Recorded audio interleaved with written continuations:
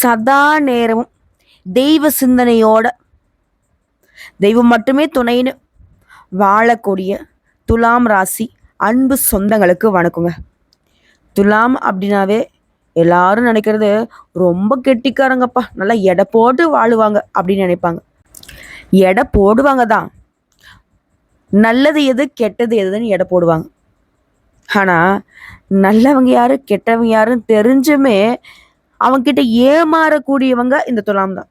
ஒரு சிலர் பேசுவாங்க, ஆமாம் இதெல்லாம் கணக்கு பார்த்து பெரிய பெரிய விஷயத்தெல்லாம் கோட்டை விட்டுடுவான் அப்படின்னு சொல்லுவாங்க இல்லையா, அந்த மாதிரி ரொம்ப சாமர்த்தியசாலி, ரொம்ப நல்லவங்க, எல்லாருக்கும் நல்லது செய்யக்கூடியவங்க. இந்த பெரியவங்க சொல்லுவாங்க இல்லையா, நல்லவங்க இருந்தால் மழை பெய்யும்னு சொல்லுவாங்க. துலாம் ராசி இருக்கக்கூடிய இடத்துல கட்டாயம் மழை பெய்யக்கூடிய அளவுக்கு இவங்க நல்லவங்க தான். புரியுதுங்களா? அது எல்லாரையுமே கவர்ந்து இழுக்கக்கூடிய அழகும் இருக்கும், அறிவும் இருக்கும். நம்மள என்ன சொல்லுவோம், அழகு இருந்தால் அறிவு இருக்காது, அறிவு இருந்தால் அழகு இருக்காதுன்னு சொல்லுவோம். அது இரண்டும் சேர்ந்தது தான் இந்த துலாம் ராசி. வாழ்க்கையில் உச்சக்கட்டத்தை இவங்க அடைஞ்சாலும் சரி, அதாவது உயர்வான நிலைக்கு போனாலும் சரி, தான் கீழே விழுந்து கிடந்த நேரத்தில் நம்ம எப்படி இருந்தோங்கிறதையும் மறக்க மாட்டாங்க. தான் அப்படி இருந்த நேரத்தில் யார் யார் உதவி செஞ்சாங்களோ அதையும் மறக்காத குணம் படைத்தவங்க தான் இவங்க. இந்த வள்ளுவருடைய வாய்மொழியில ஒரு திருக்குறள் இருக்கு, நன்றி மறப்பது நன்றன்று, நன்றல்லது அன்றே மறப்பது நன்று. துலாமை பொறுத்த வரைக்கும் நீங்க கெட்டது செஞ்சாலையும் மறந்துடுவாங்க, இவங்க நல்லது செஞ்சாலையும் மறந்துடுவாங்க. இதுதான் துலாம். நான் உனக்கு நல்லது செஞ்சிருக்கேன், நீ எனக்கு செய்யணுங்கிற எதிர்பார்ப்பு துலாம் கிட்ட எப்பவுமே இருக்காது, உசுரே போனாலே சரி. புரியுதுங்களா? நான் உனக்கு அவங்ககிட்ட உதவி செஞ்சிருக்கேன், நான் போய் அவங்ககிட்ட உதவி கேட்குறேன்னு வந்து நிற்கவே மாட்டாங்க. முடிஞ்ச அளவுக்கு தன்னுடைய கஷ்டத்தை, தன்னுடைய தேவைகளை, தனக்கான வேலைகளை இவங்களே பார்த்துப்பாங்க. இதுதான் துலாம். இதெல்லாம் மற்றவங்க என்ன நினைப்பாங்க, சரி பாரு போய் வேணா நல்லாவே இருக்கான் பாரு, ஒரு நாளும் ஒரு கஷ்டம்னு சொல்லிட்டு ஒருத்தர்கிட்ட கேட்டதில்லை, ஒரு நாளும் ஒரு கஷ்டம்னு சொல்லிட்டு ஒருத்தர்கிட்ட போய் நின்னதில்லை. இப்படி உங்களுடைய நிலையை தெரிஞ்சுக்கிட்டுமே உங்களை ஒரு மாதிரி தூத்துவாங்க, சொந்த பந்தங்களாகட்டும் எல்லாருமே இருக்கட்டும். ஆனால் அதுக்கெல்லாம் நாங்கள் பயப்படுவோமா அப்படின்ற மாதிரி துலாம் ராசிக்காரங்க அதை தூசி மாதிரி தட்டி விட்டு போயிட்டே இருப்பாங்க. ஆடா நீ என்னமோ பேசிட்டு போ, எனக்கு தெரியும் நான் எப்படின்னு, அப்படிதான். ஸோ இப்போ வந்து தலைப்பு பார்த்துருப்பீங்க, 38 ஆண்டுகளுக்கு பிறகு பாம்பு ரூபத்தில் வரும். துலாம் வந்து யோசிக்கிறீங்க, திடீர் திருப்பங்களுக்கு தயாராக இருங்க, 48 நாட்களில் இது நடக்கும்னு போட்டிருக்கு. அப்படி என்னம்மா நடக்க போகுது, ஆல்ரெடி நானே அல்லோலப்பட்டு இருக்கேன். சொல்லப்போனால் சாவின் விளிம்பில் இருக்கிறவனுக்கு எந்த அளவுக்கு திக் திக்குன்னு இருக்குமோ அந்த மாதிரி மனசு படப்படான்னு அடிச்சுக்குது. எங்கே போகிறதுன்னு தெரில, என்ன பண்ணுறதுன்னு தெரில. இப்படி புலம்பிட்டு இருக்கக்கூடிய துலாம் ராசிக்காரர்களுக்கு ஒரு மாற்றம் வருது, அது பாம்பினால மாற்றம் வருதுன்னு சொன்னால் பயப்பட தான் செய்வீங்க. பயப்படாதீங்க. காரணம் கேட்டிங்கன்னா, உங்களுக்கு சில கிரகங்களுடைய மாற்றம்ங்கிறத அதிர்ஷ்டத்தை ஏற்படுத்துது. பாம்பு பாம்புன்னு சொல்லும் போது பயம் வேணாம், ராகுவும் கேதுவுடைய பயிற்சியின் காரணமாக தான் உங்களுக்கு நல்லது நடக்க போகுது. திடீர் திருப்பங்கிறது உங்களுக்கு நல்ல வகையில் தான் இருக்க போகுது. அது விசுவாவசு வருடம் சித்திரை மாதம் 13ஆம் தேதி 26/4/2025 ஆங்கில வருடத்துல மாலை 4:28 பூரட்டாதி நட்சத்திரம் 3ஆம் பாதத்துல இருந்து கும்பராசிக்கு ராகுவும், உத்திரம் நட்சத்திரம் 1ஆம் பாதத்துல சிம்ம ராசிக்கு கேதுவும் பயிற்சி ஆகுறாங்க. இப்ப இந்த பாம்பு அப்படின்னாவே வளைஞ்சு வளைஞ்சு போகும். ஆனா இந்த நவகரங்கள்ல விற்றக்கூடிய இவங்க 2 பேரும் பின்னாடி நோக்கி நகர்றது தான் இவங்களோட வேலை. இந்த விளையாட்டு பிள்ளைங்க என்ன பண்ணுவானாக்க, இந்த பக்கம் ஆயேன்னு சொன்னாக்கா அந்த பக்கம் போகும். அந்த மாதிரி மற்ற கிரகங்கள்லாம் முன்னாடி நோக்கி நகர்ந்து பலன் கொடுத்தா இவங்க பின்னாடி நோக்கி நகர்ந்து பலன் கொடுப்பாங்க. இதனாலவே அடரா இதுங்க உல்டாவாச்சு, இதுங்களாம் நமக்கு நல்லது பண்ணுமா அப்படிங்கிறதா நம்ம எல்லாருடைய ஒரு கணிப்புன்னு வச்சுக்கோங்களேன். சனீஸ்வர பகவான் பேர் கேட்டாலே வந்து அப்பப்பா இந்த ஆள் ஒன்று என்ன பண்ண போறாரோ அப்படின்னு பயப்படும் இல்லையா, அதே மாதிரி தான் அவர் எப்படி மெதுவாக நகர்ந்துக்கிட்டு நமக்கு பலன்களை வந்துட்டு எப்போ நல்லது பண்ணுவார் எப்போ வந்து கெடுப்பாருன்னு தெரியாது. சனி கொடுப்பார் சனி கெடுப்பாருன்னு சொல்லி கேள்விப்பட்டிருப்போம். அதே மாதிரிதான் ராகு கேதுவும் மேக்சிமம் நம்மளை கெடுப்பாருங்கிறது நம்மளுடைய எண்ண ஓட்டமா இருக்கு. ஆனா உண்மையில் அப்படி கிடையாது. நல்லதும் செய்வாங்க கெட்டதும் செய்வாங்க. இவங்க இருக்கக்கூடிய இடத்தை பொறுத்து அந்த பலன்களை வந்து கொடுப்பாங்க. இப்போ ஒரு நல்லவங்க வீட்டை போய் தங்கிட்டு இருக்கீங்க அப்படின்னாக்கா உங்களுக்கு நல்ல பழக்கம் வரும். ஒரு தீயவங்க வீட்டில் தங்கிட்டு இருக்கீங்க அப்படின்னாக்கா அந்த கெட்ட செயல் வந்து நமக்கு நல்லது மாதிரி தோணும். அதனால நம்மளும் வந்து கெட்ட செய்ய ஆரம்பிச்சிடும். அந்த மாதிரிதான் இவங்க இருக்கக்கூடிய இடத்தை பொறுத்து பலன் தரக்கூடியவங்க, குணாதிசயங்களை வெளிப்படுத்தக்கூடியவங்க. இப்போ இவங்களை ஏம்மா நம்ம வந்து பாம்பு கிரகம், நிழல் கிரகம் இப்படி ஏன் நம்ம சொல்றோம் அப்படின்னு நான் யோசிச்சீங்கன்னா, சூரிய பகவானும் சந்திர பகவானும் கிரகணம் பிடிச்சப்போ அவங்களுடைய நிழல்களாக உருவானவங்க தான் இந்த ராகுவும் கேதும். ஸோ இவங்களை பொறுத்த வரைக்கும் இவருடைய பேச்சின் காரணமா ஒருத்தர் வாழ்க்கையை வந்து உயர்த்தவும் முடியும், வீழ்த்தவும் முடியும். அந்த வகையில துலாம் ராசிகளுக்கு வாழ்க்கை உயர போகுதா இல்ல வீழ்ச்சி அடைய போகுதா தெளிவா பார்த்து தெரிஞ்சுக்கலாங்க. இப்போ ராகு பகவானை பொறுத்த வரைக்கும் உங்க ராசிக்கு 5ஆம் இடத்துலையும் கேது பகவான் உங்க ராசிக்கு 11ஆம் இடத்துலையும் நின்று பலன் தர போறாங்க. அதாவது துலாம் ராசிக்காரங்க பல வகையில திடீர் யோகங்கள் உங்களுக்கு ஏற்பட போகுது. புதுசா வண்டி வாகனம் வாங்குறது, சொந்த வீடு கட்டுறது, சொந்த வீடு வாங்குறது, அடுத்தடுத்த சுபகாரியங்கள் வீட்டில் நடக்கும். குறிப்பா சவாலான விஷயங்களை கூட சமாளிச்சு சாதனை அடைவீங்க. எதையுமே சமாளிக்கும் சாதிக்கும் வல்லமை உடையவர்களாக வளம் வர போறீங்க. முதல்ல இந்த ராகு என்ன பண்ணுவாரு அதை ஃபர்ஸ்ட் தெரிஞ்சுக்கும். அதாவது ராசிக்கு 5ஆம் வீட்டுல வந்து அமர்ந்து பலன் தர போறாரு இந்த ராகு பகவான். இதனால சொந்த பந்தங்கள் கிட்ட அதிக உரிமை எடுத்துக்கொள்ள வேணாம், அவங்க கிட்ட வீண் வாக்குவாதம் வேணாம். அதே மாதிரி வாய்க்கால் வர பிரச்சனை ஏதாவது இருந்துச்சுன்னா பேசி தீர்த்துக்கோங்க. விட்டு கொடுத்தா கெட்டு போக மாட்டீங்க, அதை உணர்ந்து செயல்படுங்க. அதாவது ராகு பகவான் உங்க பொறுமையை சோதிக்கிறார். அந்த பொறுமையை மட்டும் கடைபிடிச்சிட்டிங்கன்னா அதுதான் உங்களுக்கு ஜாக்பட். ஒரு லாட்ரி அடிக்கிறதுக்கான நம்பர்ஸ் மாதிரி, ஒரு புதையில திறக்கிறதுக்கான சாவி மாதிரி, புரியுதுங்களா? ஸோ பொறுமை தான் உங்களுக்கு ராகு பகவானை வெல்வதற்கான ஒரே வழி. அதே மாதிரி கணவன் மனைவிக்கிடையே சந்தோஷம் நிலைக்கும். இருந்தாலும் தேவையில்லாத சந்தேகமும் அது கூடவே வரும், அதை தவிர்க்கிறது அவசியம்.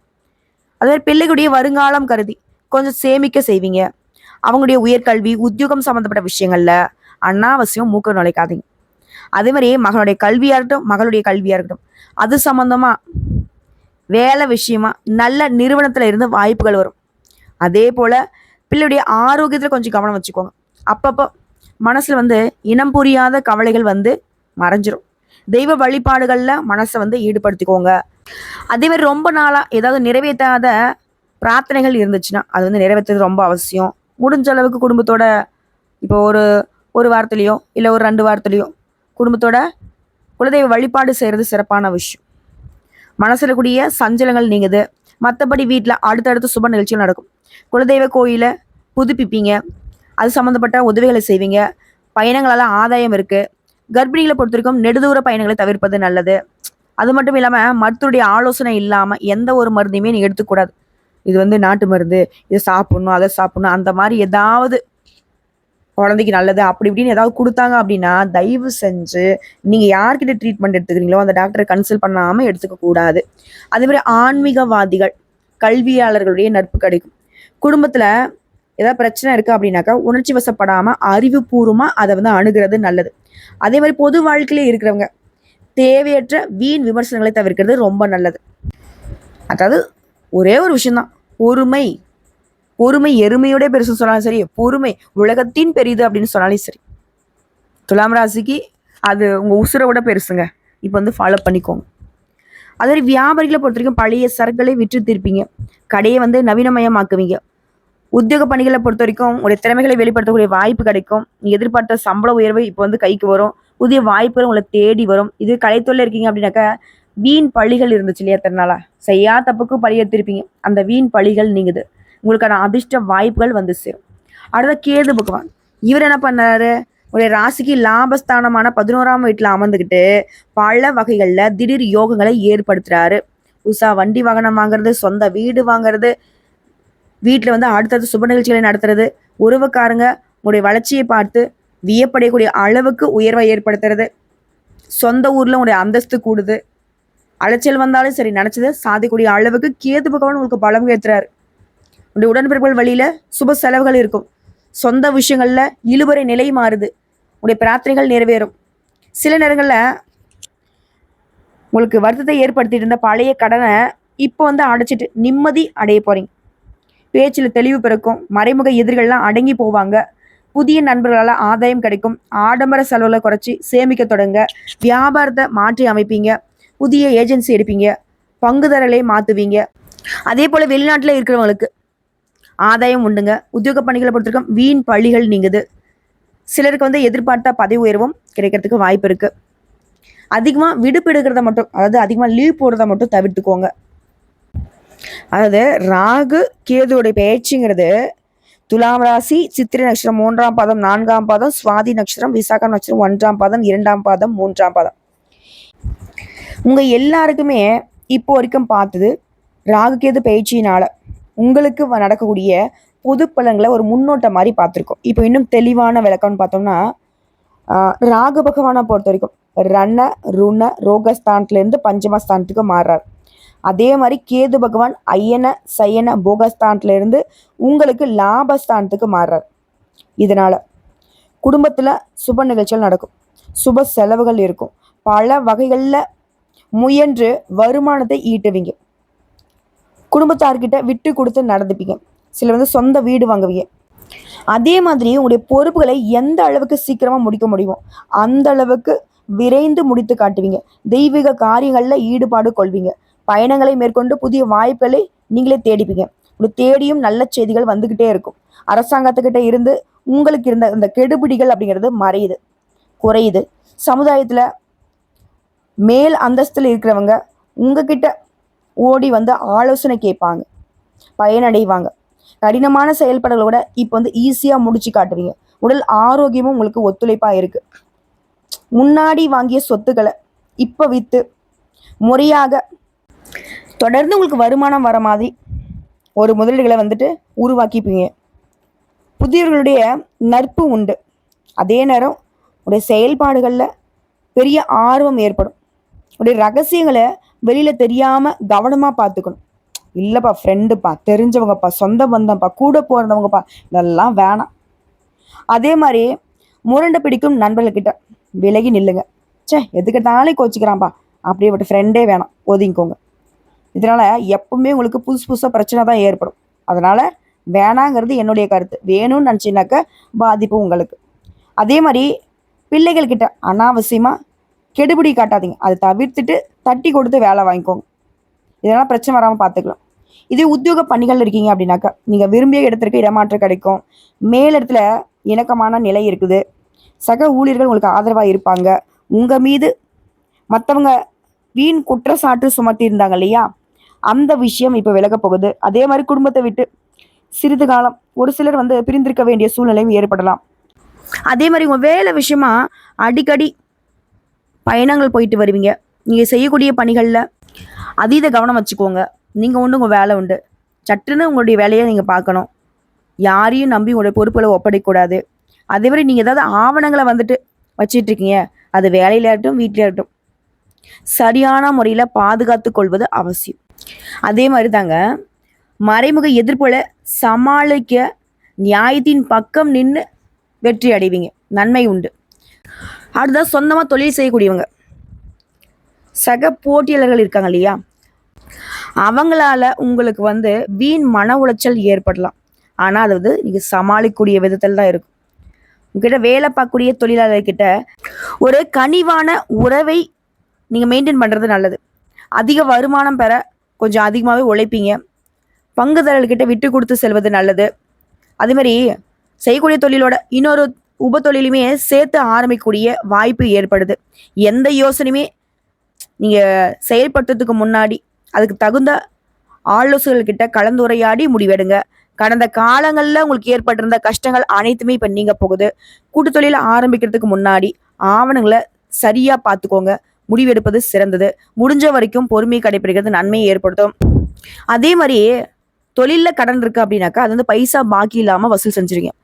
அதே மாதிரி தொழில் ரீதியாக பணப்புழக்கம் நல்லாயிருக்கும். உடைய பண விஷயங்களில் நம்பிக்கையானவர்களை நியமித்து அதை வந்து மெயின்டைன் பண்ணிக்கோங்க. அடுத்து கலைத்துறையில் இருக்கவங்க உங்களுக்கு கிடைக்கக்கூடிய சிறு வாய்ப்பை கூட வீணடிக்காமல் பயன்படுத்துறது நல்லது.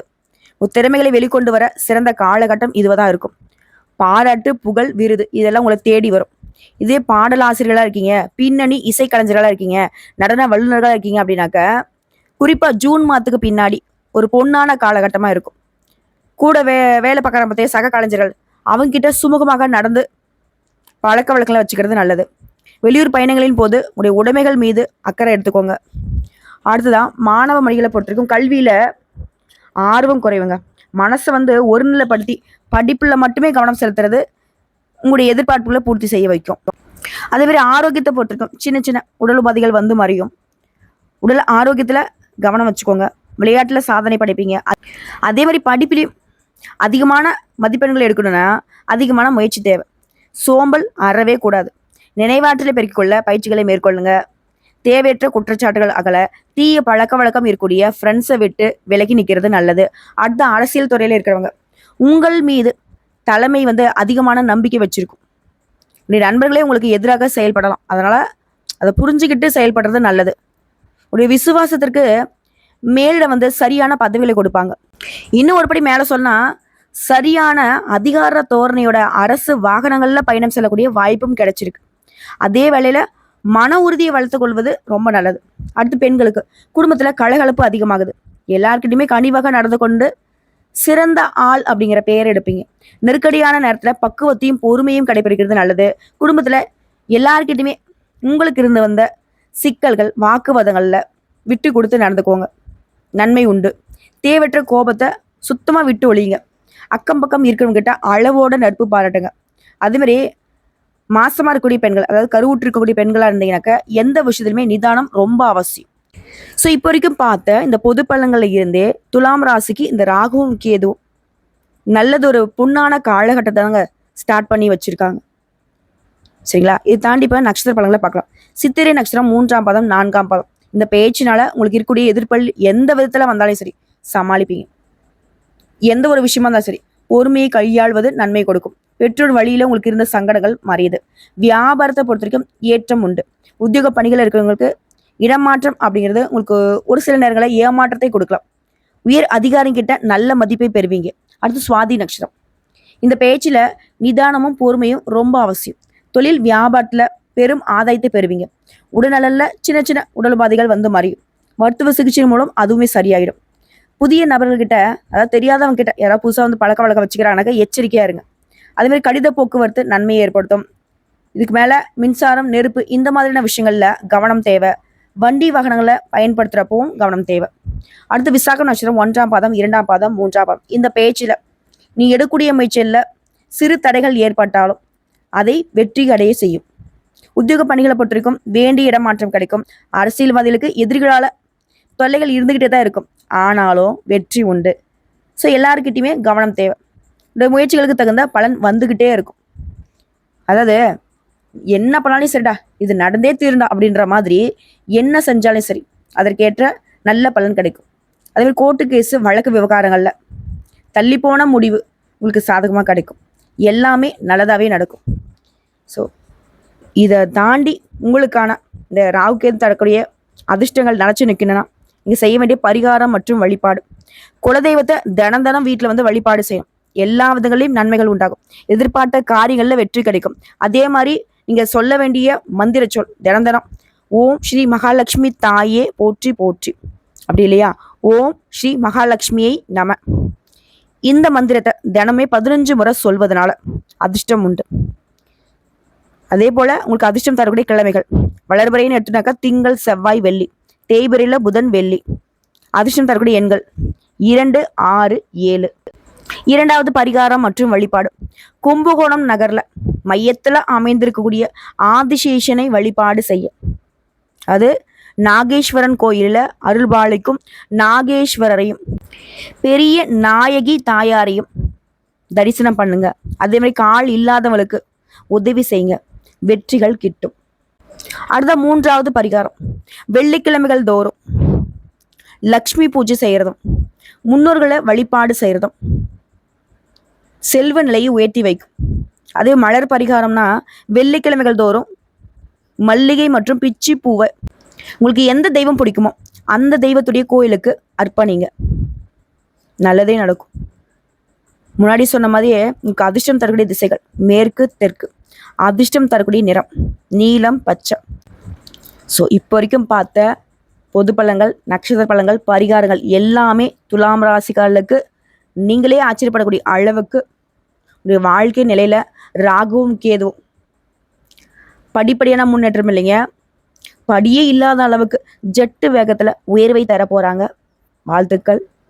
வாழ்க வளர்க.